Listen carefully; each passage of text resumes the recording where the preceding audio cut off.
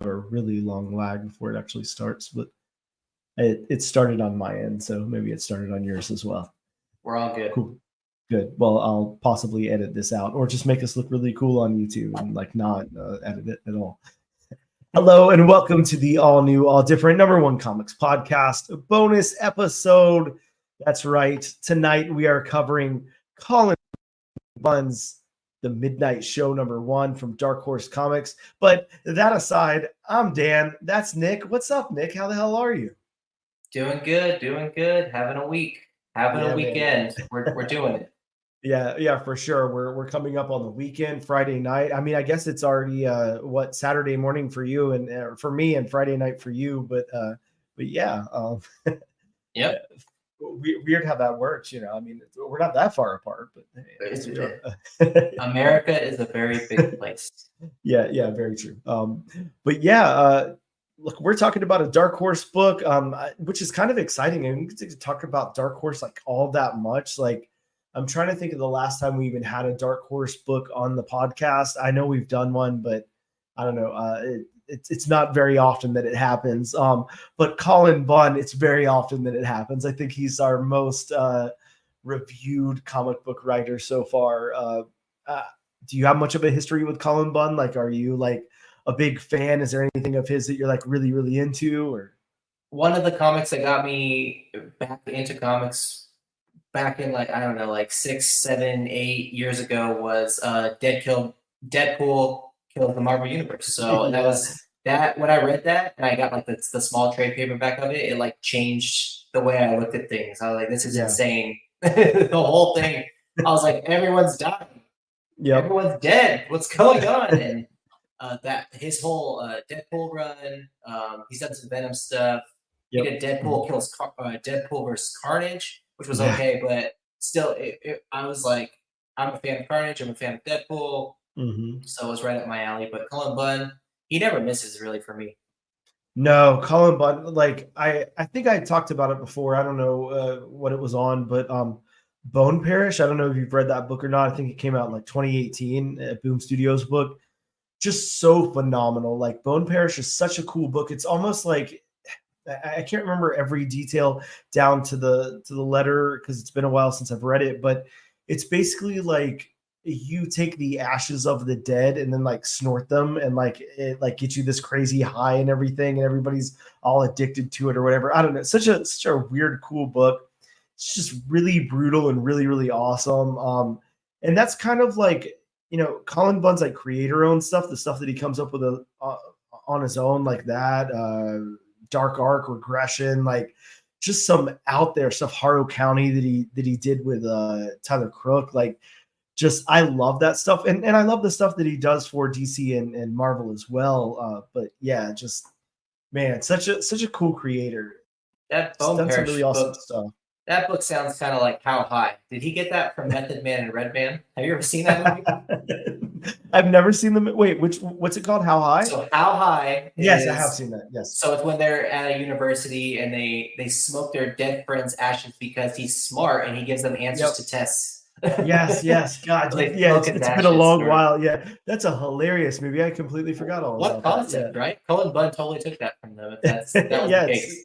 It's got to be. I don't know. It goes into some other areas, but yeah, I think from what I remember, that's like the gist of the book. Unless I'm, it's definitely like they're grinding down the bones and snorting them or something. Yeah, it's something. That's really cool. Yeah, really cool book.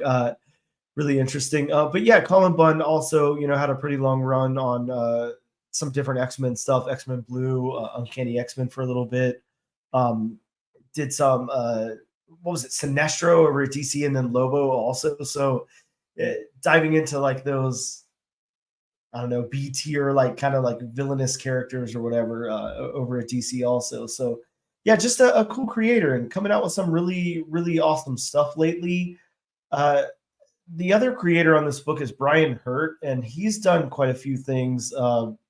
He worked on the Six Gun for Oni Press with Cullen Bunn, and then a really cool book that I think is pretty amazing. He did a book called Hard Time over at DC with Steve Gerber. So you get to work with Steve Gerber. That's pretty awesome. That's phenomenal. Like I can't imagine being able to work with Steve Gerber on something. And then Queen and Country and The Damned, just did some stuff all over the place. Also, Manor Black, if you remember that, same creative team there from Manor Black, because Cullen Bunn was on that as well. But yeah, just a pretty cool creative team here. I would like to go into the synopsis really quick from Dark Horse's site. It's not too long, so I'll go into that. And like usual, I didn't write up any synopsis or anything. We'll just go into the book after that. But from Dark Horse's site, from the creators of The Sixth Gun and Manor of Black, comes this new supernatural horror series about monsters of the silver screen coming to life and wreaking havoc on a small town. Basil Saxon is a legend among horror fans. Over 50 years ago, he vanished during a freak accident on the set of the film that would have been his masterpiece. The cursed film, God of Monsters, was never completed and has never been seen. But when a film festival shows footage from the long lost movie, classic horror monsters manifest to wreak havoc and terror on the unsuspecting populace. A ragtag group of misfits must band together to stop the most famous creatures of all time and send them back to the realm of celluloid nightmares. So that's their synopsis there. And yeah, dude, we can just get into the book. Let's talk about this thing because this is pretty cool. When I first opened it, I don't know if you've ever seen Monster Squad, but sorry, not when I first opened it, but as I was going through the book, like, have you ever seen Monster Squad? Are you familiar with that movie? No, I've never seen Monster Squad. Okay, man, Monster Squad is such a cool movie. It's kind of got the same kind of multiverse of different monsters coming out and all banding together, and then this group of kids that are the Monster Squad, and it goes in that direction. So it's definitely not ripping that off or anything, but it kind of collects all these monsters together and has them do something. So I kind of got vibes from that. But other than that, this is a really cool story. I feel like it's a pretty unique story. Cool idea here.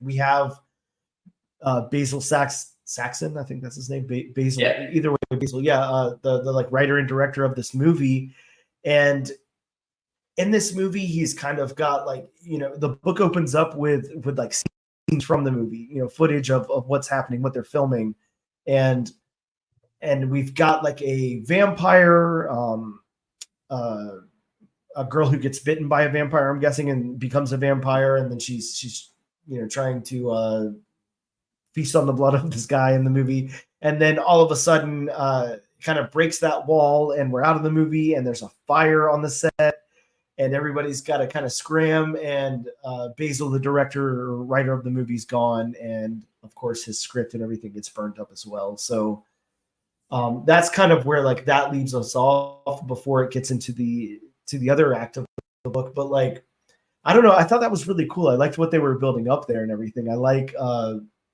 how the mysterious writer and creator director of this just kind of vanished, and did he get caught up in the fire? I mean, it obviously doesn't look like it, but yeah, you had any thoughts on that?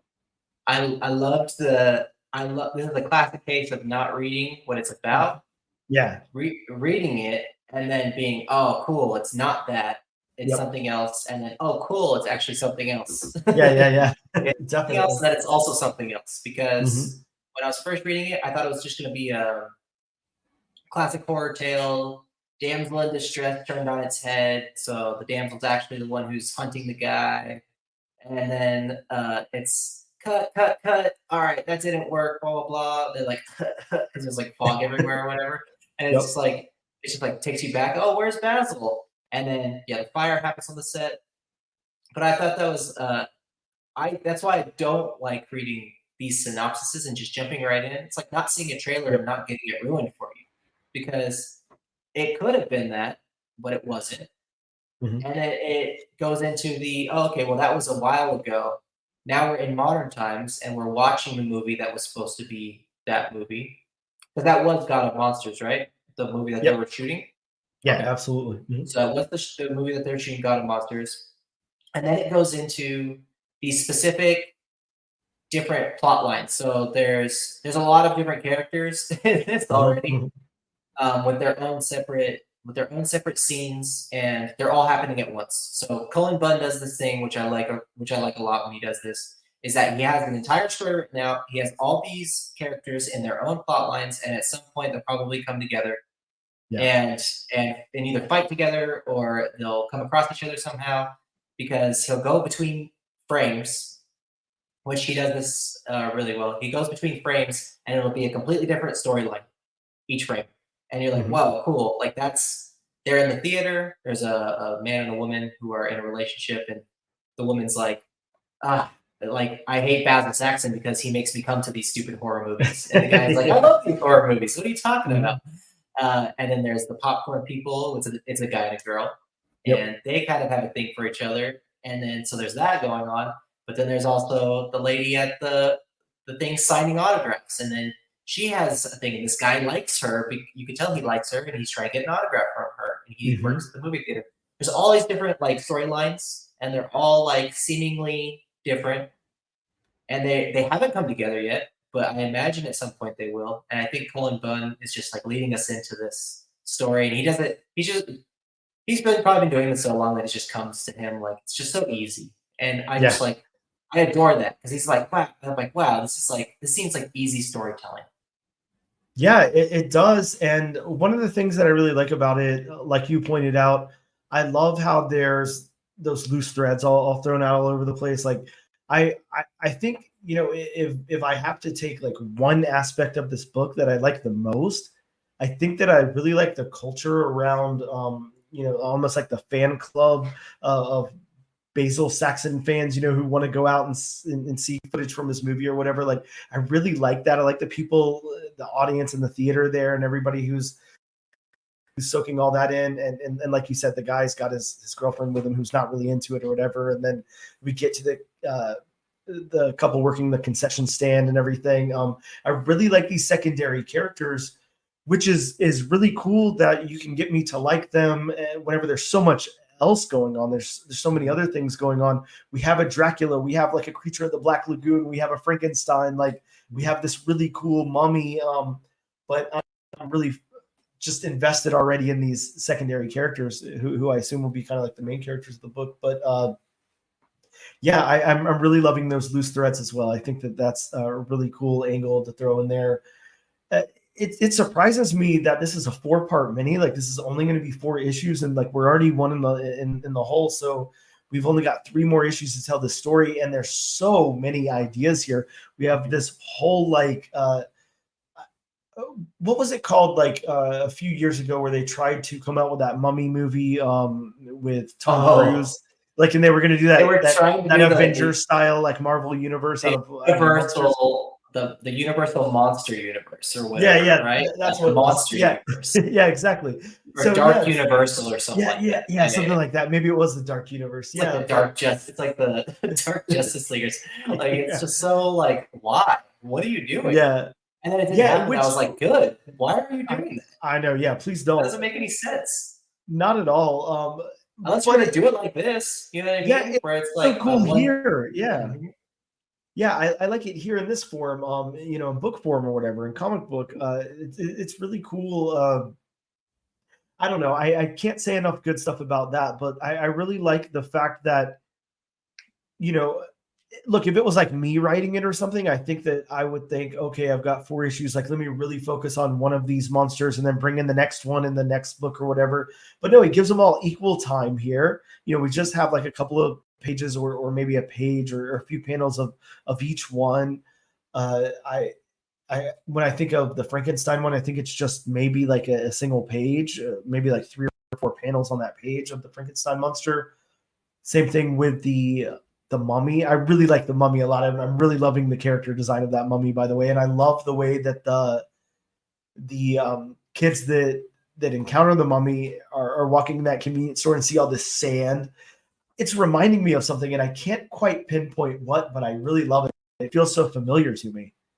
Yeah, I feel like I honestly feel like a kid reading this. Like, it's just so. Yeah, exactly. It's so vivid, and it's so like reminiscent of when I was growing up, like reading Goosebumps books and reading just like cool horror stuff, and like watching like those horror cartoons. that it just like brought me back to that. And he the art with by it's Brian Hurt.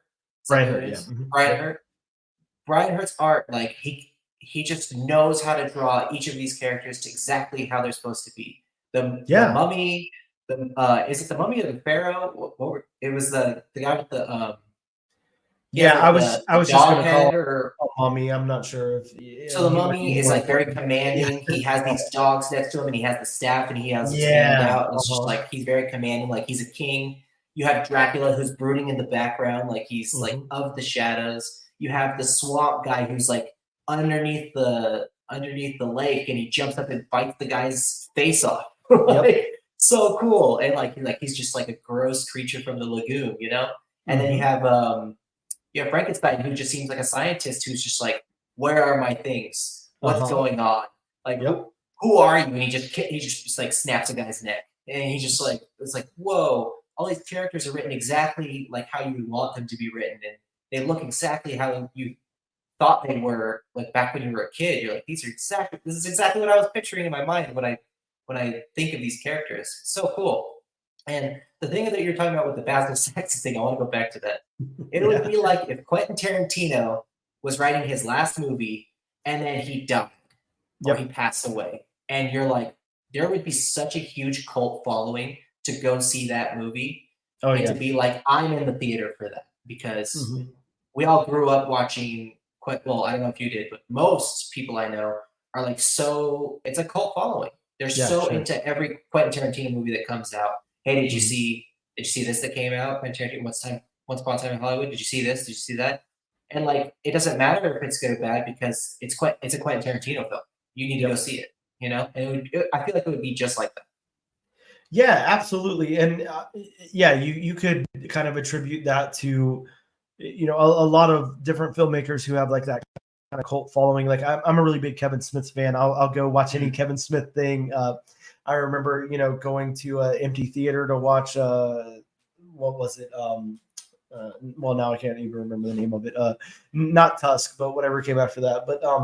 But yeah, yeah, I can't think of it off Yeah, the I'm top of trying my to head. think. What was Yeah, it? it was like the really really wacky one with his daughter played one of Oh, the main cast in it. I can't remember the name of that thing, and like but Johnny Depp's daughter was in it too, or yeah, they were Lily both in Rose it. Yep. Depp was in it.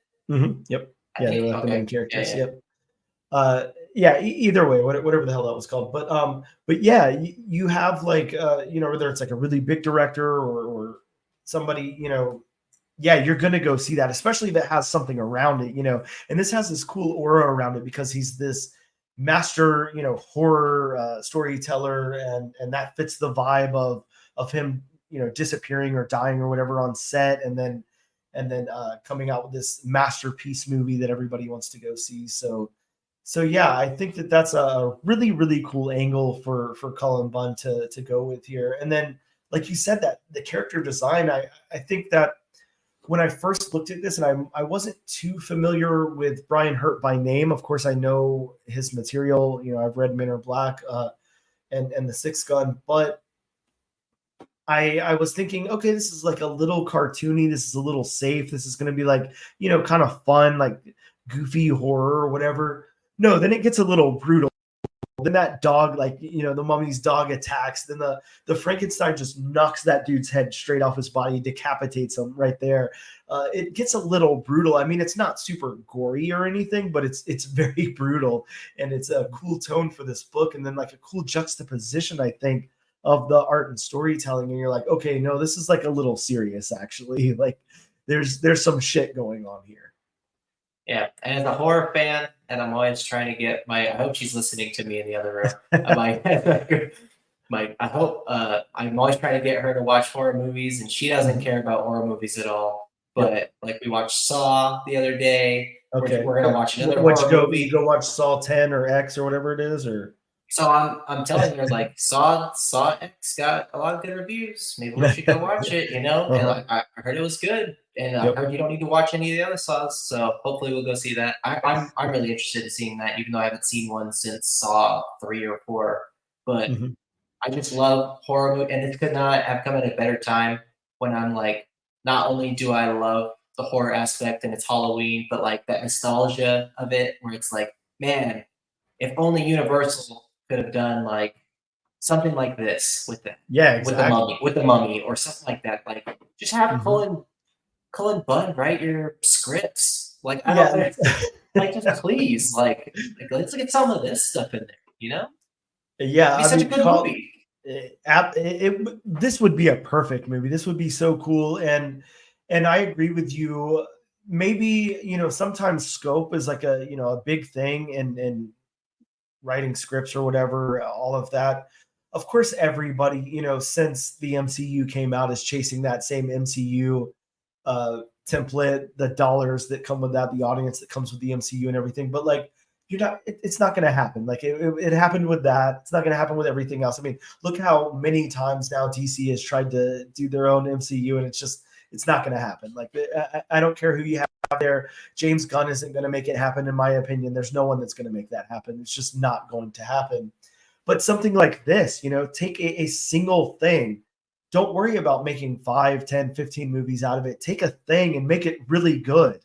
Mhm. Put your characters in there, make a good, compelling story, like what we're reading here on the page, and then expand from there. That's, I think, what a lot of people are missing. A lot of times, and this is obviously going in a different direction than what we're talking about, which is fine. But just to point that out, the MCU wasn't founded because they thought, all right, we'll put out this Iron Man movie, everyone will love it, it will make millions and trillions of dollars, and then we will be able to make this and this and an Avengers and then this. Like, they weren't planning all of that. They were just like, let's start small, let's make it good and see what we can do and grow from there.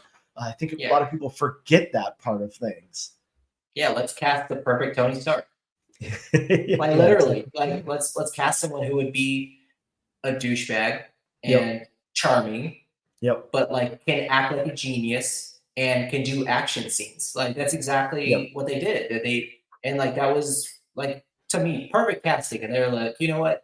We're just gonna roll with this. He's charismatic, he's smart, he's funny, he's charming, he's a good looking guy, and he's in that age range. Let's go with that. And then let's just have a good Iron Man. Yep. And then if we make an Iron Man 2, cool. You know? Yep. And it's Yeah. just, but that movie could have Mhm. been I am Iron Man, and then end, and then okay, well, that was a good Marvel movie, and then done. Yeah. No more Iron Mans. Okay, I'm fine with that. You know what I mean? Exactly. We didn't have to, like, we didn't have to expand from there. Just it organically did, kind of. It worked because it worked. It didn't work because somebody was like, all right, we have to go out and make all of these things into a movie. Like, it was reversed, it was made a different way. And that's what I really like about this. It's like, yeah, you could, and this is a completely different medium. Obviously, this is not film. This is a comic book, so it's not like you're going to have, 5 different horror books and then tie them in this one or whatever. I mean, you could do something like that, but just the concept, the scope of this is really cool. It's really cool how we're going to take all of these monsters, put them in this book, have them come out into the real life or the real world. And then now it's these people in the real world's problem. So now they've got to figure out, something to do with it. Again, I love these threads that Colin Bunn is leaving hanging there, and we've got to figure out what's going on. And I'm guessing the ragtag group, that they were talking about in the solicit is, maybe it's some of those kids from the convenience store grouped together with some of the people in the theater and the concession stand people and the actress lady who's signing autographs and all of that. They'll obviously be like our little what was that, like Day of the Dead, like where the Yeah, the ragtag group was in the mall together and everything. Like, I'm yeah. just getting like those kind of vibes. And this is fantastic. I love this. Again, Nick, whenever you get time, whenever that is, I want you to go back and watch Monster Squad, because if you like this, I really think, I mean, it's like, a kid's movie from, like, I guess early 90s or late 80s or something. But yeah, definitely check it out because it's got vibes. But yeah, I love this a lot. I love the storytelling, and I love the way that this was done in this book. I don't know if we have anything else we want to say about what Cullen Bunn did here, or if we want to move along to the art and talk about that for a minute. We've already like said a couple of things, but please go ahead. Yeah, no, we could move straight onto the art because it's fantastic. I love Yeah, I love the way things are drawn. I love like when things don't need to be stylized or like too in detail. It's not. yeah, When things hmm do need to be, it is. yeah, But actually, now that I'm looking, I'm scrolling through it right now, and I'm like, actually, everything's pretty detailed. yeah, Like it's actually really detailed.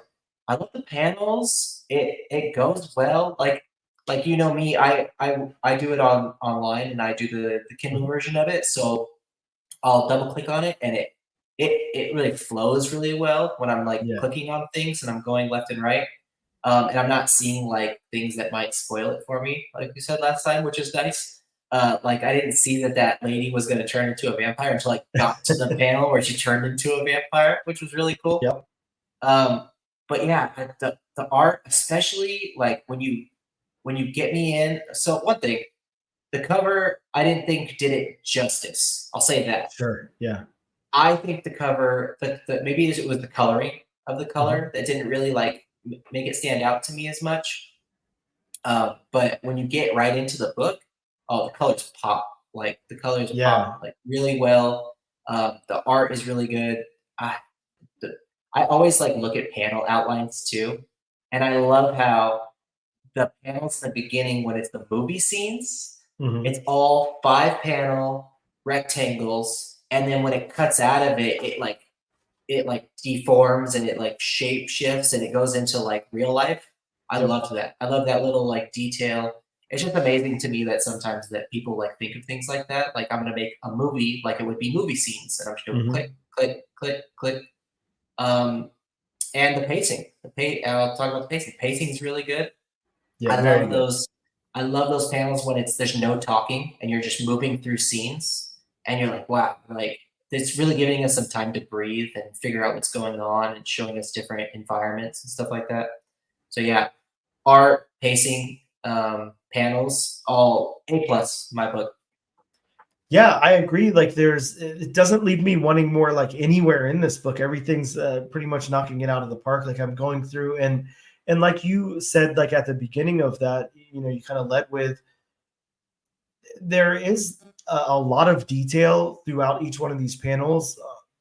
There's a lot of room to breathe as well. A lot of times when we don't need a background, we just need like some fog or something coming up in the distance that's there. I'm open to the panels or the pages right now with the werewolf. Part of the God of Monsters movie scenes where the first decapitation happens before that second decapitation from Frankenstein, and yeah, there's just those colored panels with nothing happening, and almost these I can't say unfinished faces in the background or anything because they are finished, but there's a lot less detail focused on them. I like when that happens. I'm actually a huge fan of that. I like whenever it's like your eye needs to be focused on this decapitated head that's laying here, Yeah, bloody on the ground and everything, like not on the lady's socks, behind him or whatever. That's not important. What's happening in the background. No, you've got this on the foreground. This is what you need to be looking at. And I love that art style where they leave it a little sketchy or whatever, so you can focus on what's happening in the foreground. And then we flash over to the next page and the juxtaposition of that. I hate to continue to use the word juxtaposition, but I feel like there's a lot of that in this book, so I have to. But then we get over to the grocery store or the convenience store, Food Kingdom, I think it's called. I That love that the it's called Food Kingdom too, yeah, and super it's like the cool. mummy comes out and he's the king Yeah, of the Food Kingdom. Yeah, exactly. Yeah. And I mean that one's like sharp and there's so much detail. It's bright. There's so much going on, and it is juxtaposed against that dark, gloomy werewolf scene, from God of Monsters, and then up against this. So really, really cool. I like that a lot. I think Brian Hurt is like the perfect accomplice for for Cullen Bunn in this book. Like they're just telling the story really, really well. And then whoever's working on colors here, I didn't single out their name separately, but I know there is a separate colorist on this book. It is Bill Crabtree. Yeah, doing amazing work on this as well. Just really, really awesome. One of the other things I wanted to mention were covers. You talked about the cover, and I think that's an important thing to showcase. Like, I always forget to talk about covers of comic books, and it's so important because that's kind of the selling point, the name, the cover, or whatever, like all of that. This, I would say the cover is probably the weakest part of this book to me because it doesn't do any justice for what's inside. Like, it is cool. I mean, you have basically like these zombies sitting there, like in an audience, presumably watching the movie, and you've got like the Dracula character up front there holding, like, opening the film cartridge or whatever you call that. Yeah. Um, it's, I mean, it's cool, but there's not, I don't know, there's just not much there. It just doesn't really stand out. And then while you were talking and you mentioned those covers, I looked at the other ones because I noticed that Francisco Francavilla did one of the covers, and I love Francisco Francavilla, really, really awesome artist. That one's a little weak too. Oh no, I Yeah, haven't seen it. Really? yeah, you should check it out. It's not the greatest Francisco Francavilla cover, but then I look at the B cover, and this one is by Dan Brierton. I'm going to say I probably butchered his name, but this one is just like a collection of all of the monsters here, and then some monsters that we don't even see in the book. So maybe some monsters that are coming up in later issues or whatever. And I think that this should have been the A cover. That if you could is find fantastic. that. I just Yeah, isn't it thought so cool? that is so cool. I'm going to pick that up because Yeah. that is by far what, it's not even close, I don't think, because the original A cover, to Yeah. me, I thought, and I was like, it looks like a Blade ripoff a little bit. Yeah. To me, he kind of looks like Blade, Mhm. right? Yeah, I might be wrong.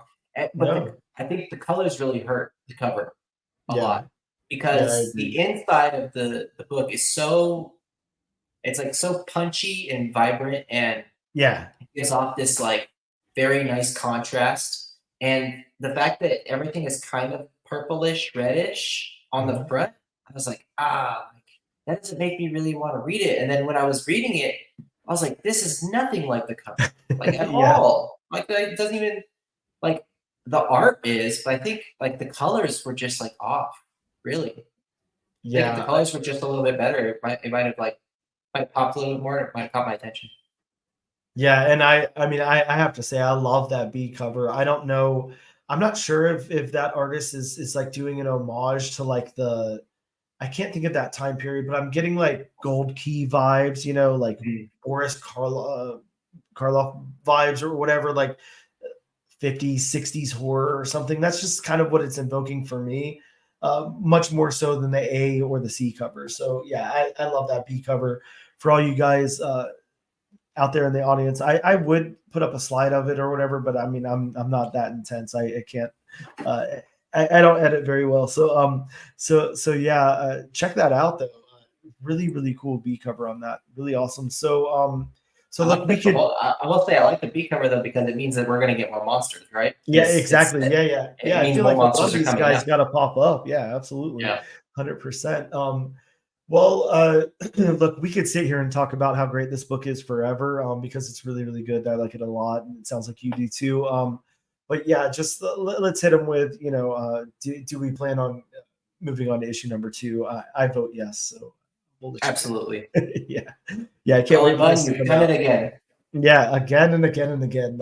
And What Brian the Hurt. hell? I mean, they just work so well together. They've just been doing it Yeah, forever. They just know each other. It's just I just feel like it's, maybe I'm off, but it yeah. just seems like they're just flowing so well that they could just put out anything at this point.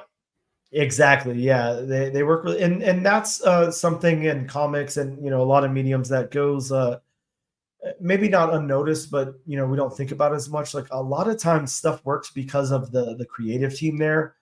You know, a lot of times you might think you like the artist or the writer or whatever, but like if a book really really works and is like firing on all cylinders, like that's because of that team up. If you didn't have that team up, if you had a different artist with that writer or whatever, it probably wouldn't work the same. Whatever. But yeah, this really works really really well together, and I can't wait to read issue number 2. And it's coming out at a really perfect time. Right now, like spooky season, Halloween time. So really cool. Yep. And I'm waiting for all the other issues to come out, and then when Halloween passes, I'll still be reading it. And I'll be like, Yeah, Halloween's still exactly. here. Yeah, we'll definitely be reading the wrap up for. I mean, I'm guessing like into like February or something because I think it said the next issue comes out, and yeah, November 1st. Okay, so yeah, maybe January or something. This will wrap up, but yeah, really cool, and two big thumbs up from me and Nick both. So you guys definitely go check that out if you've not yet. Get it on your pull from your local comic book shop, and make sure you pick up issue number 2. But I think that is all from us, unless you have anything else you want to say, Nick. No, I hope everybody has a good weekend whenever this comes out, and I hope you enjoy your Saturday morning. Yeah. Yeah. Oh, yeah. I'm having it. Don't worry. I'm gonna go watch some cartoons and eat some cereal now or something, I guess. Awesome. All right, man. Well, thanks, and we'll see you guys next time. And it will end.